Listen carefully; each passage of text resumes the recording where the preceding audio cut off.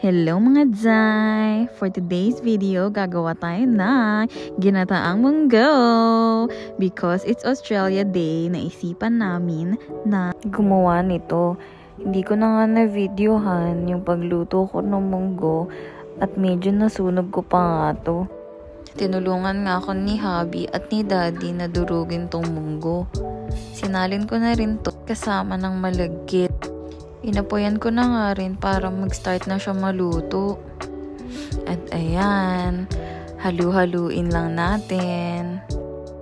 Tubig nga rin muna yung nilagay ko dyan para wala lang, trip ko lang. Ayan, nire-ready ko na at pinapakita ang mga ilalagay natin for laters.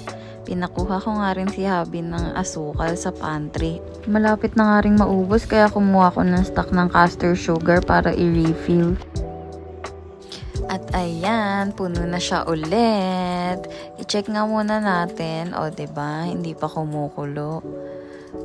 At nung kumulo na nga, ayan, mix-mix lang muna natin. Nagbukas na rin ako ng coconut cream para naman ilagay na rin natin at maglasa na siyang buko. Ay, hindi ko na nga rin alam kung anong sukat-sukat nito. Basta lagay lang ng lagay at halo lang ng halo.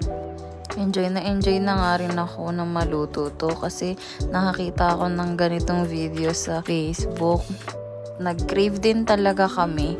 Ayan, nilagyan ko na nga rin ng coconut milk na 1 lata para naman mas maglasa siyang buko.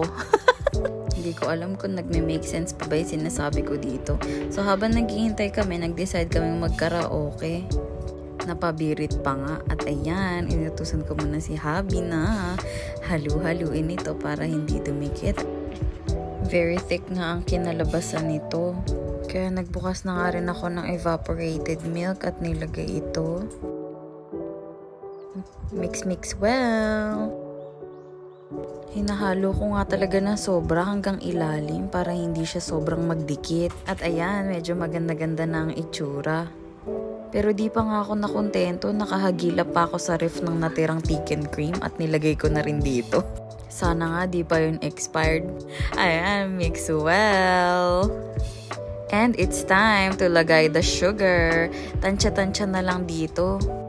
Siguro mga nakailan din akong lagay ng sugar kasi medyo lasang sunog siya.